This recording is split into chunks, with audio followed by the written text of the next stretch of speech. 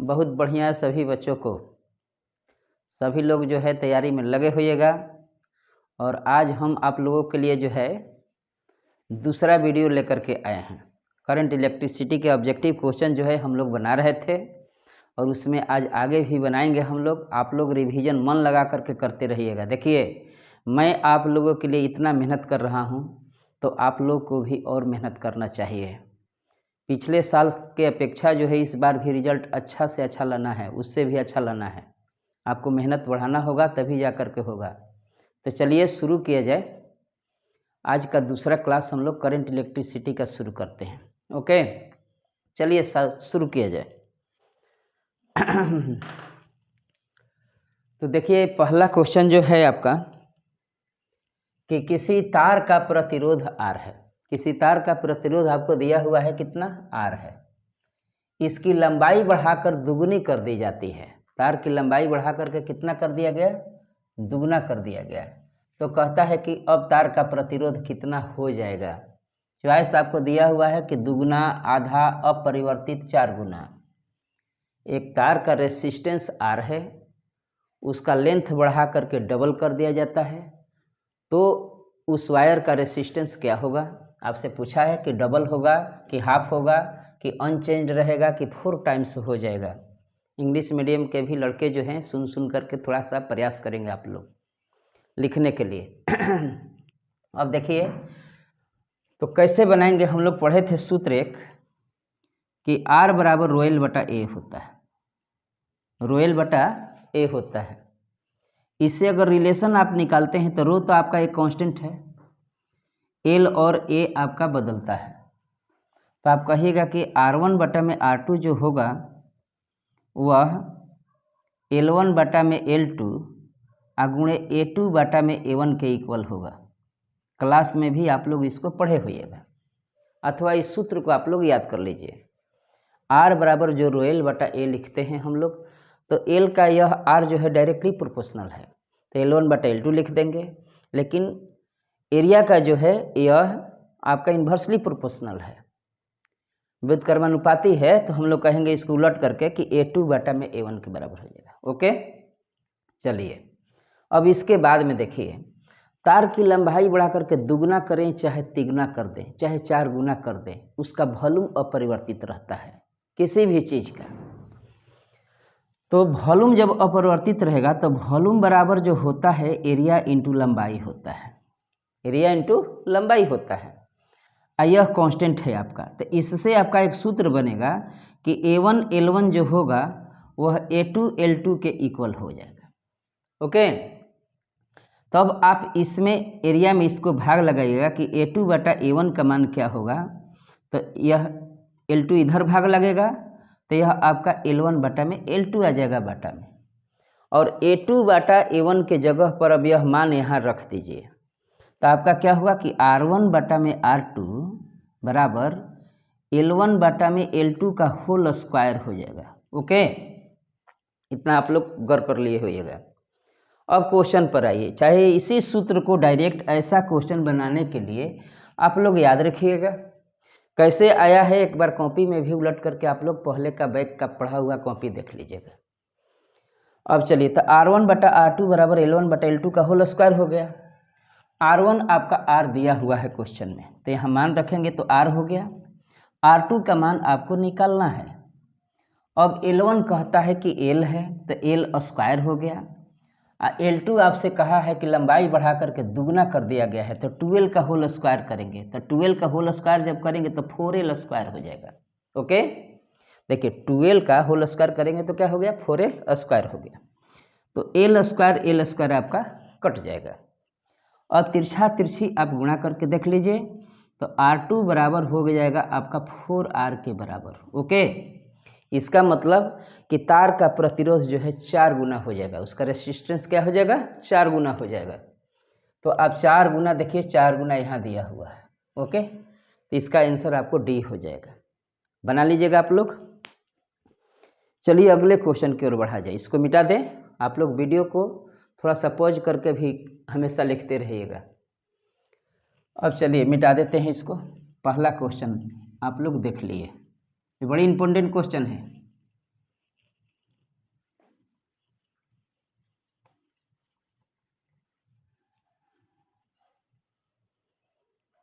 अब एक क्वेश्चन आप लोग नोट कीजिए, तब आप लोग इसको बना करके और आप लोग शेयर कीजिएगा, इसमें कमेंट्स में आप लोग इसका जवाब दीजिएगा।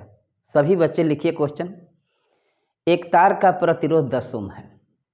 एक तार का प्रतिरोध 10 ओम है, इसका लंबाई बढ़ाकर 3 गुना कर दिया जाता है, तो नए तार का प्रतिरोध क्या होगा? एक वायर का रेसिस्टेंस आपको दिया हुआ है R और उसका लेंथ बढ़ा करके 3 गुना कर दिया जाता है, 3 गुना 3 टाइम्स कर दिया गया है।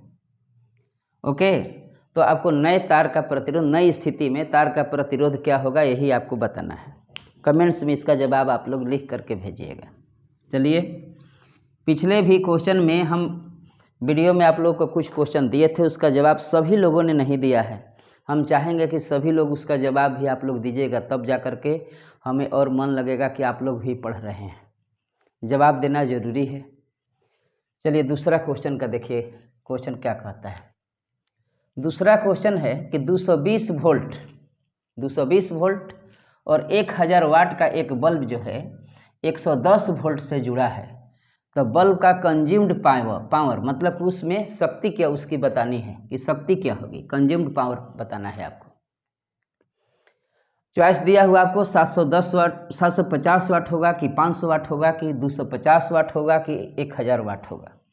अब बात को समझिए, बल्ब पर तो लिखा हुआ है 220 वोल्ट 1000 वाट। अब उसको कहता है कि 110 वोल्ट से जोड़ दिया गया, चाहे कभी कह देगा कि 220 वोल्ट से जोड़ दिया गया, चाहे कभी कहता है कि 200 वोल्ट से जोड़ दिया गया, चाहे 150 वोल्ट से जोड़ दिया गया। जो जिस वोल्टेज पर भी जोड़े, एक चीज़ बल्ब में बदलने वाला नहीं है, और वह है बल्ब का प्रतिरोध। बल्ब जो शुरू में लिए हैं, वोल्टेज चाहे 100 वोल्ट हो जाए चाहे 150 वोल्ट हो जाए, उसका रेसिस्टेंस कभी बदलता नहीं है। तो पहले हम लोग क्या देखेंगे कि इसमें V और P का सूत्र देखेंगे R के रूप में, रेसिस्टेंस के रूप में। तो पावर का एक सूत्र आप लोग पढ़े होइएगा कि V² बटा में R होता है, V² बटा R, इलेक्ट्रिक पावर का सूत्र हम लोग पढ़े हैं।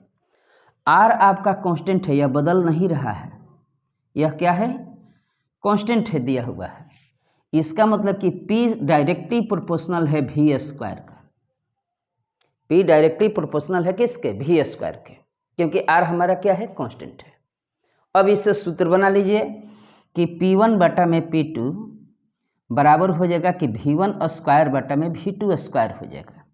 ओके, अब वैल्यू आप देखिए क्वेश्चन में, शुरू में आपको 1000 वाट दिया हुआ है P1 का वैल्यू, तो 1000 वाट बटा में P2 आपको बताना है कि क्या होगा, तो P2 बटा में हो गया बराबर V1 का मान देखिएगा 220 वोल्ट दिया हुआ है, तो उसका स्क्वायर करेंगे तो 220 गुणे 220 हो जाएगा। ओके, बटा में V2², अब देखिए तो 110 वोल्ट दिया हुआ है, तो इसका भी स्क्वायर कर देंगे तो 110 गुणे 110 हो जाएगा। 0 से 0, 0 0 आप कटा दीजिए, 11 दूनी 22 और 11 दूनी 22 कटा दीजिए, तो आपका 2 दूनी 4, P2 बराबर हो गया 1000, 4 P2 बराबर 1000 हो गया। तो P2 क्या होगा कि 1000 बटा में 4 हो जाएगा, और 4 से यह 250 बार में कट जाएगा, मतलब कि 250 वाट आपका आंसर हो जाएगा। ओके, समझ गए होइएगा। एक बार फिर से समझ लीजिए, जब R कांस्टेंट होता है तो P डायरेक्टली प्रोपोर्शनल होता है V² के। यहाँ से सूत्र बना लीजिए कि P1 बटा P2 बराबर V1² बटा V2², तब आप मान रख दीजिए या हल कर दीजिए। ओके, चलिए तो आंसर देखिए 250 वाट कहाँ दिया हुआ है, 250 वाट। ओके, ये दूसरा आंसर हो गया। तीसरा क्वेश्चन की ओर बढ़िए, आप लोग मिटा देते हैं इसको। ओके,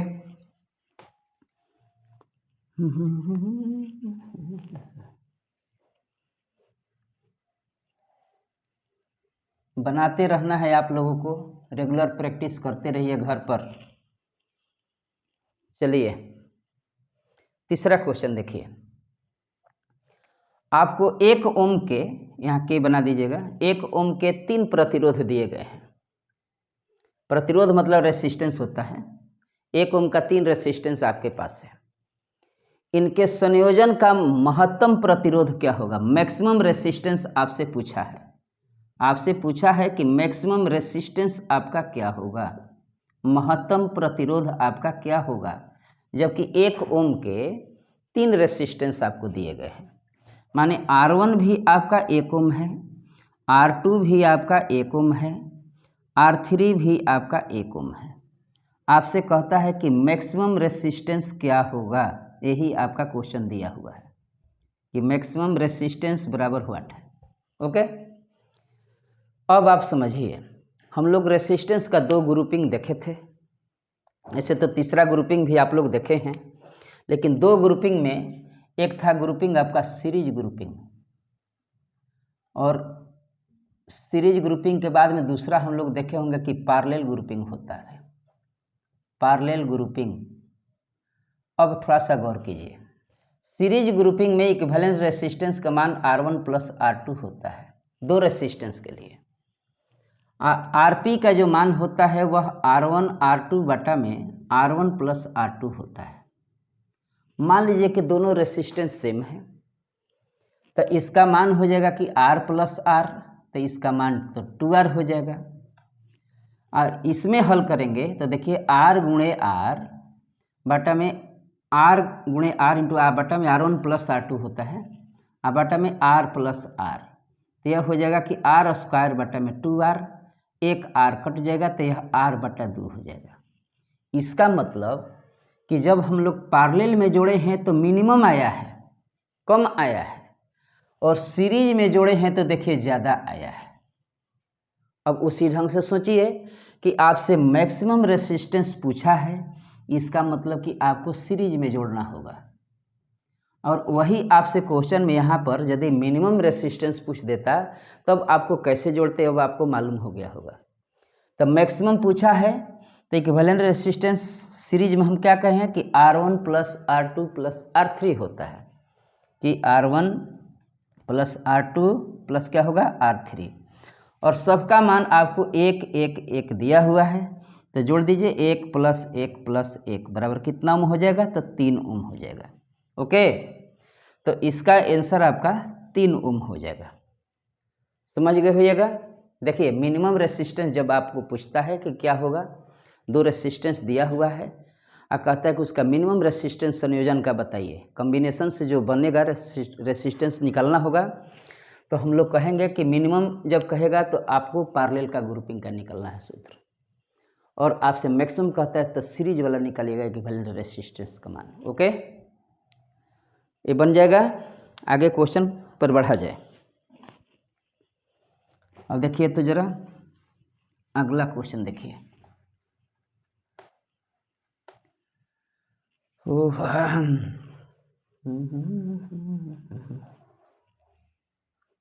देखिए चौथा क्वेश्चन है,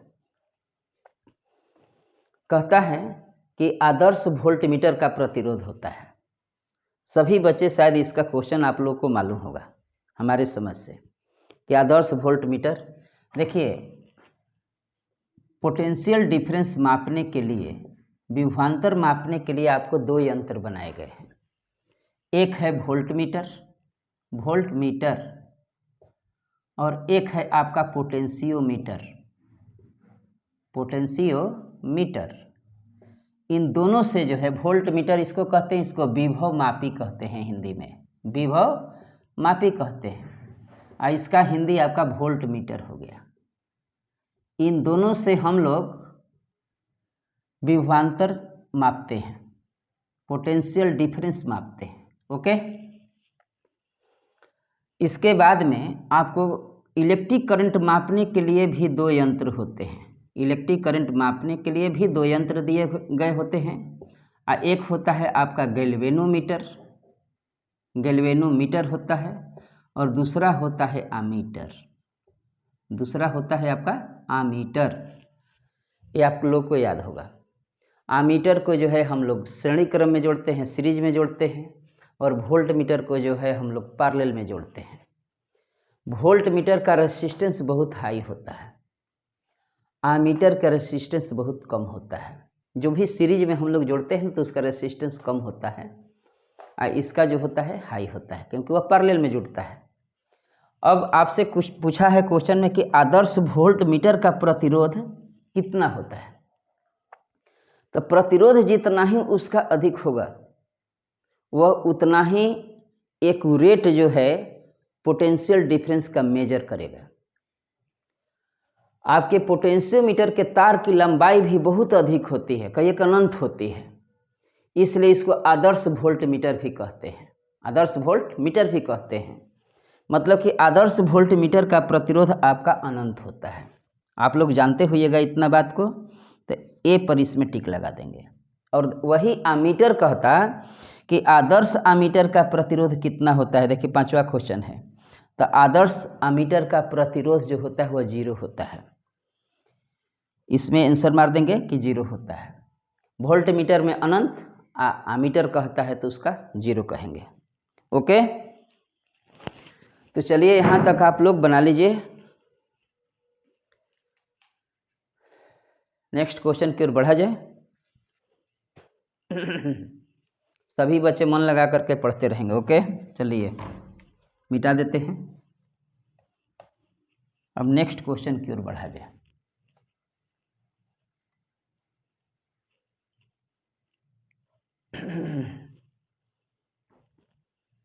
देखिए नेक्स्ट क्वेश्चन है 6ठा क्वेश्चन।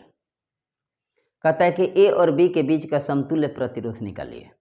ए आपको फिगर दिया हुआ है, परिपथ दिया हुआ है।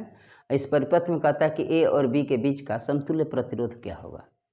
पहले इस परिपथ को जो है हम लोग जब भी देखिए सोचिएगा थोड़ा सा कि कहीं 4 या 5 रेसिस्टेंस दिया हुआ है, तो आपका पहले दिमाग जाना चाहिए कि यह प्रश्न कहीं हीट वेस्टर्न ब्रिज पर तो नहीं दिया गया है, और इसमें भी रेसिस्टेंस आपको 5 दिए गए हैं।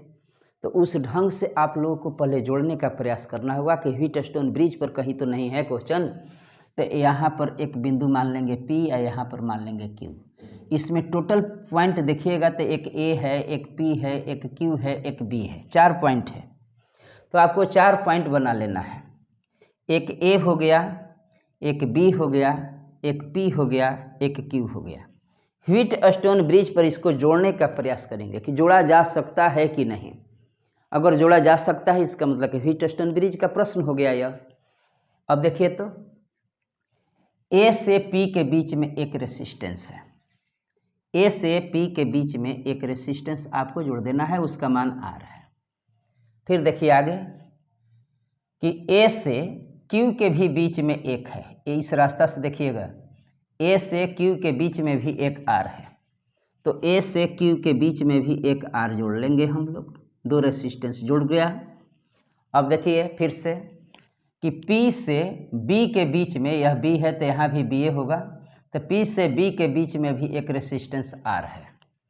P से B के बीच में, तो यहाँ से P से B के बीच में एक रेसिस्टेंस हम लोग R जोड़ देंगे। ओके, अब देखिए तो Q से B के बीच में भी एक R है, यहाँ Q है, यहाँ B है, तो यहाँ जोड़ेंगे तो इसका भी रेसिस्टेंस आपको R दिया हुआ है।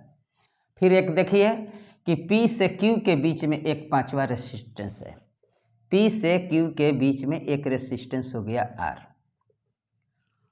ओके, अब देखिएगा व्हीटस्टोन ब्रिज में हम आपको बताए होंगे कि इतना बटा में इतना बराबर इतना बटा में इतना अगर बराबर है तो यह बैलेंस ब्रिज है। यहाँ भी हम लोग देखते हैं तो R बटा में R बराबर R बटा में R दिया हुआ है, यह बराबर है, 1 बराबर 1 आ गया। इसका मतलब कि यह बैलेंस ब्रिज का कंडीशन है। बैलेंस ब्रिज में क्या होता है, तो इससे होकर के कोई करंट फ्लो नहीं करता है, तो इसका काम खत्म हो गया। इसमें करंट नहीं फ्लो होगा क्योंकि P का पोटेंशियल और Q का पोटेंशियल इक्वल होगा, तो इसमें करंट कोई आपका फ्लो नहीं करेगा। तो आपके फिगर अब सामने हो गया है कि A से B तक यह जानने के लिए एक रास्ता है, एक रास्ता मतलब सीरीज, यह दूसरा रास्ता है, यह भी दूसरा रास्ता में भी 2 रेसिस्टेंस है, यही दोनों सीरीज में हो गया। तो R और R आपका 2R हो गया, ये भी R और R मिलकर के 2R हो गया। ओके, ये दोनों रेसिस्टेंस आपका अब क्या हो गया, सीरीज में आ गया है, पैरेलल में आ गया है। 2 रास्ता है ना, तो दोनों रास्ता आपका पैरेलल में आ गया है। ऐसे जोड़ देंगे तब जब दोनों पैरेलल में है तो इक्विवेलेंट रेसिस्टेंस का मान पैरेलल में होता क्या है कि R1 R2 बटा में R1 प्लस R2 होता है। अब आप हल कर लीजिए कि 2R गुणे 2R गुणे 2R बटा में 2R प्लस 2R। हल करिए इसको तो ऊपर में हो गया 4R स्क्वायर बटा में 4R। आपका 4 कट गया, R से R एक कट गया तो बच गया आपका R। ओके, इसका इक्विवेलेंट रेसिस्टेंस क्या हो गया, R के बराबर हो गया। देखिए चॉइस में दिया हुआ है R हो जाएगा। बना लीजिएगा इसको, बहुत अच्छा क्वेश्चन है। ओके, मिटा दे। ओके, सभी बच्चे एक क्वेश्चन पर ट्राई करके और ग्रुप में मैसेज करेंगे। आप लोग कमेंट बॉक्स में जा कर के एक कमेंट कीजिएगा, एक क्वेश्चन आप लोग को देते हैं। देखिए ये 3 रेसिस्टेंस है, इसका मान R है, इसका भी मान R है, इसका भी मान R है। तीनों का मान आपको R दिया हुआ है। इसको ऐसे दिया हुआ है फिगर में, यह पॉइंट है A, यह पॉइंट है B। आपसे पूछता है कि A और B का इक्विवेलेंस रेसिस्टेंस आपको बताना है। इक्विवेलेंस रेसिस्टेंस क्या होगा, रेसिस्टेंस क्या होगा मतलब कि समतुल्य प्रतिरोध आपसे पूछा गया है कि समतुल्य प्रतिरोध क्या होगा, प्रतिरोध क्या होगा। जो भी आपका आंसर आएगा वह कमेंट बॉक्स में ज़रूर भेजिएगा। ये सभी बच्चे क्वेश्चन नोट कर लेंगे। ओके, चलिए नेक्स्ट क्वेश्चन की ओर बढ़ा जाए। ये मिटा दें। ओके, चलिए 7 क्वेश्चन देखिए। 7 क्वेश्चन में है कि एक हीटर पर जो है 1000 वाट और 230 वोल्ट लिखा हुआ है। हीटर का पावर आपको मालूम है कि 1000 वाट दिया हुआ है। ओके, और उसका पोटेंशियल डिफरेंस भी दिया हुआ है, पोटेंशियल का मान दिया हुआ है, V का मान दिया हुआ है, आपको 230 वोल्ट दिया हुआ है। आपसे पूछता है कि इसका रेसिस्टेंस क्या होगा। पावर का सूत्र याद कर लीजिए सिर्फ कि P बराबर होता है V स्क्वायर बटा में R। सूत्र याद है, क्वेश्चन तमाम हो गया, बन जाएगा एकदम बिल्कुल आसानी पूर्वक बनेगा। V स्क्वायर रखिए तो 230 गुणे 230 बटा में R का मान निकालना है आपको, तो R रख दीजिए। यहाँ P का मान आपको दिया हुआ है 1000 वाट, तो 1000 बराबर 230 गुणे 230 बटा में क्या हो जाएगा R। तो R बराबर जब निकालिएगा तो यह बटा में आ जाएगा। तो हम लोग क्या लिखेंगे कि 230 गुणे 230 बटा में 1000। ये 0 से 0 कटा दीजिए, यह 0 0 कट गया। 23 में 23 में गुणा कर दीजिए, 529 होता है, 529। इसके बाद में 10 से भाग लगा दीजिए तो यह हो गया आपका 52.9 ओम के बराबर हो गया। ओके, तो 52.9 आंसर देखिए 52.9 डी में देखिए यहाँ दिया हुआ है, आपका आंसर डी हो जाएगा, बन जाएगा। ओके, चलिए नेक्स्ट क्वेश्चन की ओर बढ़िए, बहुत अच्छा बनाते रहिएगा।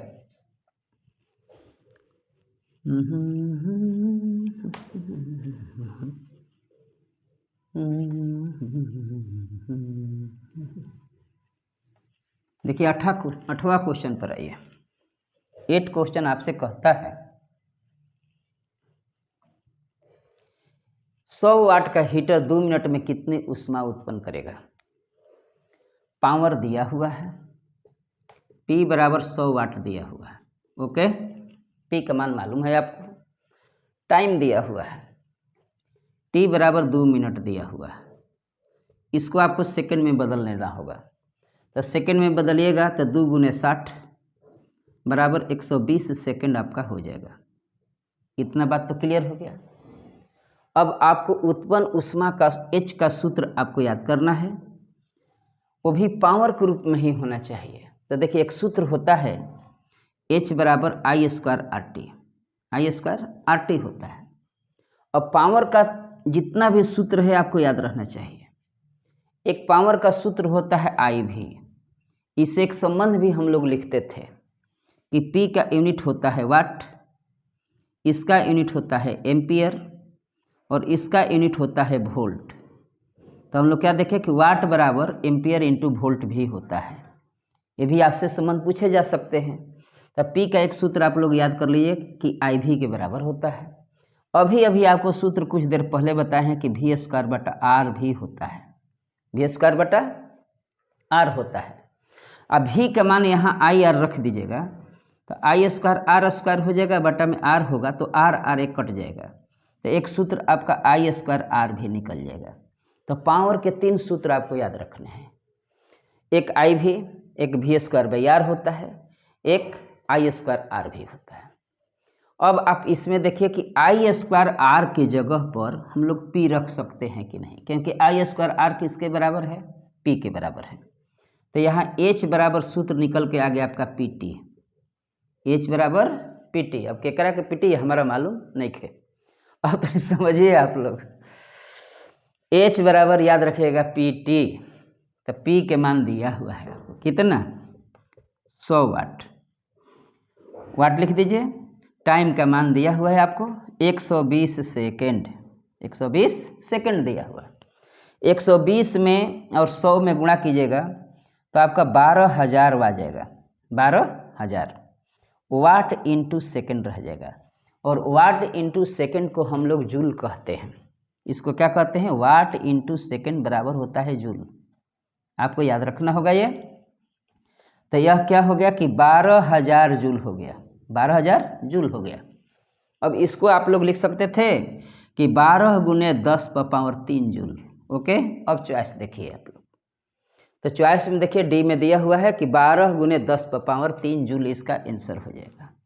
ओके, तो इस ढंग से आप लोग एच बराबर सूत्र याद हो गया होगा P T, P T. Okay, यहाँ तक आप लोग बनाइए आप लोग क्वेश्चन।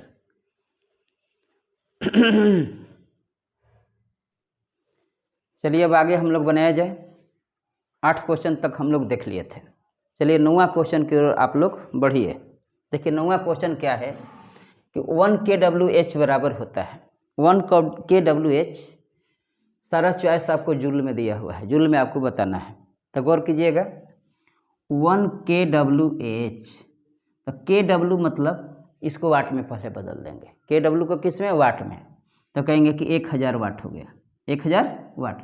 1 kW बराबर किलो वाट बराबर, किलो मतलब 1000 होता है, तो 1000 वाट लिख देंगे। आवर को सेकंड में बदलिए, तो 1 आवर बराबर 60 मिनट होता है, और फिर मिनट को सेकंड में बदल देंगे तो 60 गुने 60 सेकंड कहेंगे। ओके, तो अब 6 में 6 से मल्टीप्लाई कीजिए, 36 हो गया। 1 2 3 4 5 गुने 10 पर पावर 5 वाट इंटू सेकेंड हो गया, और वाट इंटू सेकेंड को जूल कहते हैं। तो 36 गुने 10 पर पावर 5 जूल हो गया। अब इसको थोड़ा सा ऐसे लिख दीजिए कि 3.6 दशमलव अगर यहाँ लाएंगे तो यहाँ 10 के पावर एगो बढ़ा देंगे तो 10 पर पावर 6 जूल हो जाएगा। ओके, तो याद रखिएगा कि 1 kWh जो होता है वह 3.6 गुने 10 पर पावर 6 जूल के बराबर होता है। चॉइस देख लीजिए, 3.6 गुने 10 पर पावर 6 जूल के बराबर होता है। ओके, बन जाएगा। चलिए नेक्स्ट क्वेश्चन की ओर बढ़ा जाए। तो 9 क्वेश्चन है आपका, 9 क्वेश्चन बन गया। ओके, बहुत बढ़िया, सुंदर। वीडियो को लाइक सब्सक्राइब सब कुछ करते रहिएगा आप लोग, बहुत मज़ा आने वाला है इस एक मंथ में। एक मंथ में हम लोग बहुत ऑब्जेक्टिव देख लेंगे, मैथ में भी देखेंगे आगे चल करके, और फिजिक्स में भी बना रहे हैं हम लोग। ओके, चलिए देखिए अगला क्वेश्चन। किसी तार से होकर 10 एम्पियर की धारा 10 सेकंड के लिए प्रवाहित होती है और तार के दोनों छोर का विभवांतर 15 वोल्ट है, तो उसमें उत्पन्न ऊष्मा है। देखिए आपको आई दिया हुआ है, आई दिया हुआ है 10 एम्पियर। ओके, आपको टाइम दिया हुआ है 10 सेकंड, 10 सेकंड भी दिया हुआ है, आपका 15 वोल्ट दिया हुआ है। आपसे पूछा है कि एच बराबर क्या होगा, तो एच बराबर आई स्क्वायर आर टी आप तो याद किए हैं, लेकिन इसमें आर दिया हुआ नहीं है।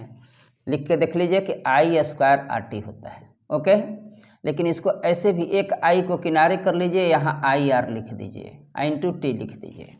अब इस आई आर के जगह पर भी होता है तो एच का फार्मूला ये भी आप याद किए होइएगा क्लास में भी कि वी आई टी के बराबर होता है। वी आई पी नहीं, वो तो अटैची होता है, वी आई टी के बराबर होता है। एच बराबर कितना, वी आई टी के बराबर होता है। अब मान रखिए वी का मान देखिए 15 दिया हुआ है, आई का मान देखिए आपको 10 दिया हुआ है, और देखिए टी का मान 10 सेकेंड दिया हुआ है। अब आप मल्टीप्लाई कीजिए तो 1500 हो जाएगा, 1500। तो 1500 जूल देखिए कहाँ दिया हुआ है, 1500 जूल सी में दिया हुआ है, सी आपका आंसर हो जाएगा, बन जाएगा। ओके, आगे बढ़िए।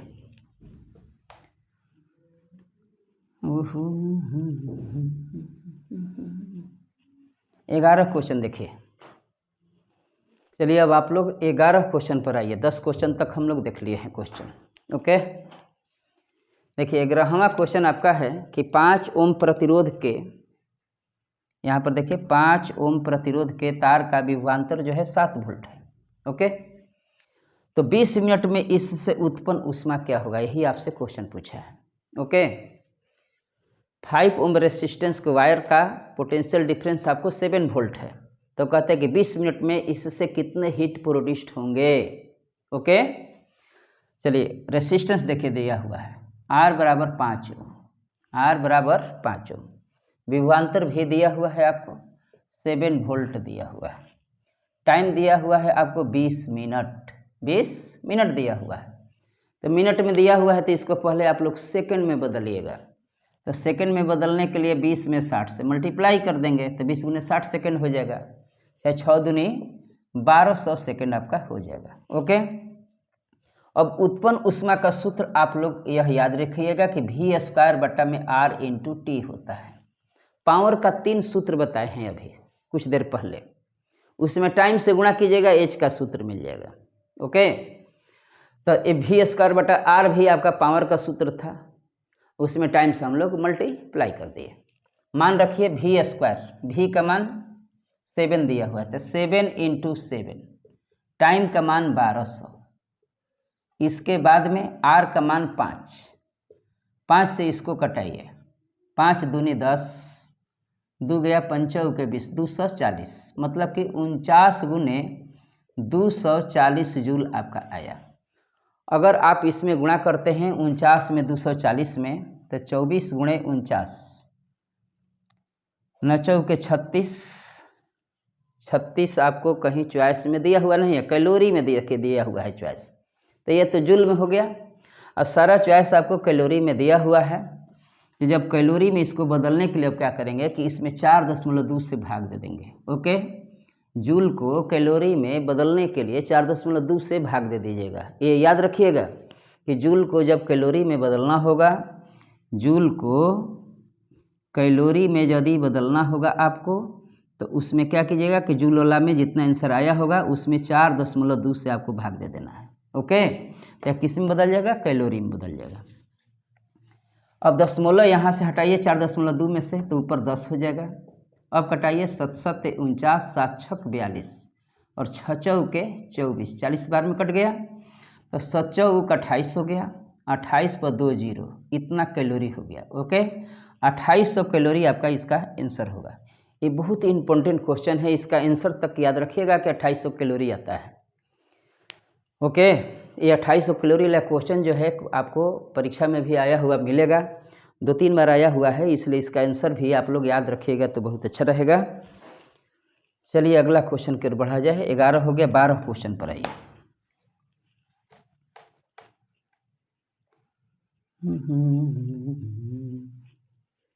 सभी बच्चे मन लगा करके, बहुत मन लगा करके पढ़ते रहेंगे। इस पूरे मंथ में हम लोग ऑब्जेक्टिव बनाते रहेंगे।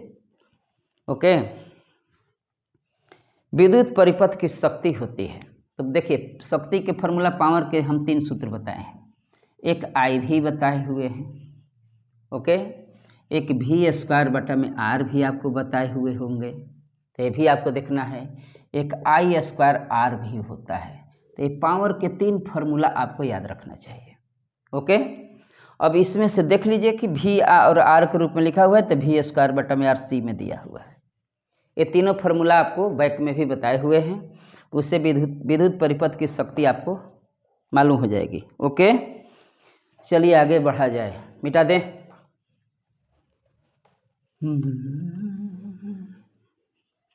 देखिए 13 क्वेश्चन क्या कहता है। अगर कोई भी चीज़ आपको लिखने में थोड़ा सा असुविधा होगी तो आप लोग जो है उसे वीडियो को पॉज करके आप लोग लिखते रहिएगा। हम लोग तेज़ी में अगर नहीं बढ़ेंगे तो मैक्सिमम ऑब्जेक्टिव क्वेश्चन नहीं देख पाएंगे, इसलिए मैक्सिमम क्वेश्चन देखने के लिए आपको जो है थोड़ा सा तेज़ी में बनाना भी होगा, रिवीजन भी आपको करना है। चलिए, विद्युत वाहक बल की बीमा है। देखिए सिंगल सर्किट में विद्युत वाहक बल विभवांतर दोनों एक ही राशि होता था और V बराबर हम लोग IR लिखते थे, IR बताए हैं। यदि R का रेसिस्टेंस का आपको मालूम है कि क्या होता है डायमेंशन, विद्युत वाहक बल का भी आप डायमेंशन लिख सकते हैं। तो R का अथवा V का आप ऐसे भी सूत्र कह सकते थे कि V बराबर W/Q होता है। इस सूत्र से भी हम प्रीवियस वीडियो में आपको बताए हुए हैं। तो E का भी वही होता है, दोनों का यूनिट वोल्ट होता है, इसका भी यूनिट वोल्ट है, इसका भी यूनिट वोल्ट होता है। तो W/Q आप लिखिएगा तो ml² T इनवर्स 2 हो जाएगा। Q बराबर IT होता है, Q बराबर IT, तो IT लिखिए बटा में, हल कीजिए, इसको ऊपर ले जाइए, तो ml² T inverse 3 I inverse. विद्युत वाहक बल का बीमा भी परीक्षा में पूछा जाता है, याद भी रखेंगे हम लोग। तो ml² T inverse 3 I inverse D में आपको दिया हुआ है, बन जाएगा। यह नहीं कि विद्युत वाहक बल मतलब बल वाला बीमा मार दीजिएगा, तो फिर गड़बड़ हो जाएगा। आगे बढ़ा जाए ना। चलिए क्वेश्चन नंबर 14 पर आया जाए, और 14 क्वेश्चन है कि विद्युतीय हीटर में प्रयोग होता है। विद्युतीय हीटर में किसका प्रयोग होता है? देखिए बल्ब में टंगस्टन का उपयोग किया जाता है। अगर विद्युतीय बल्ब का बात होता है तो उसमें टंगस्टन का यूज होता है। और विद्युतीय हीटर में जो उसके फिलामेंट बनाए गए रहते हैं वह नाइक्रोम के तार का होता है, क्योंकि इसका गलनांक जो होता है बहुत हाई होता है। इसका मेल्टिंग पॉइंट जो होता है माने क्वथनांक और दौड़नांक भी हाई होता है नाइक्रोम का, इसीलिए नाइक्रोम का बनाया जाता है। क्योंकि हीटर में अधिक वोल्टेज देना रहता है, अधिक वाट का बना भी होता है, तो इसमें नाइक्रोम के तार का इस्तेमाल किया जाता है। ओके, तो 14 का आंसर आप लोग डी बना लीजिएगा। अगर बल्ब कहता है तो टंगस्टन हो जाता है। चलिए नेक्स्ट क्वेश्चन पर बढ़िए। 14 क्वेश्चन हो गया आपका। KWH मात्रक है, इसमें से किसका जो है KWH मात्रक है? तो KWH देखिए, KW पावर का हो गया, इसमें टाइम से मल्टीप्लाई है तो PT न हो गया।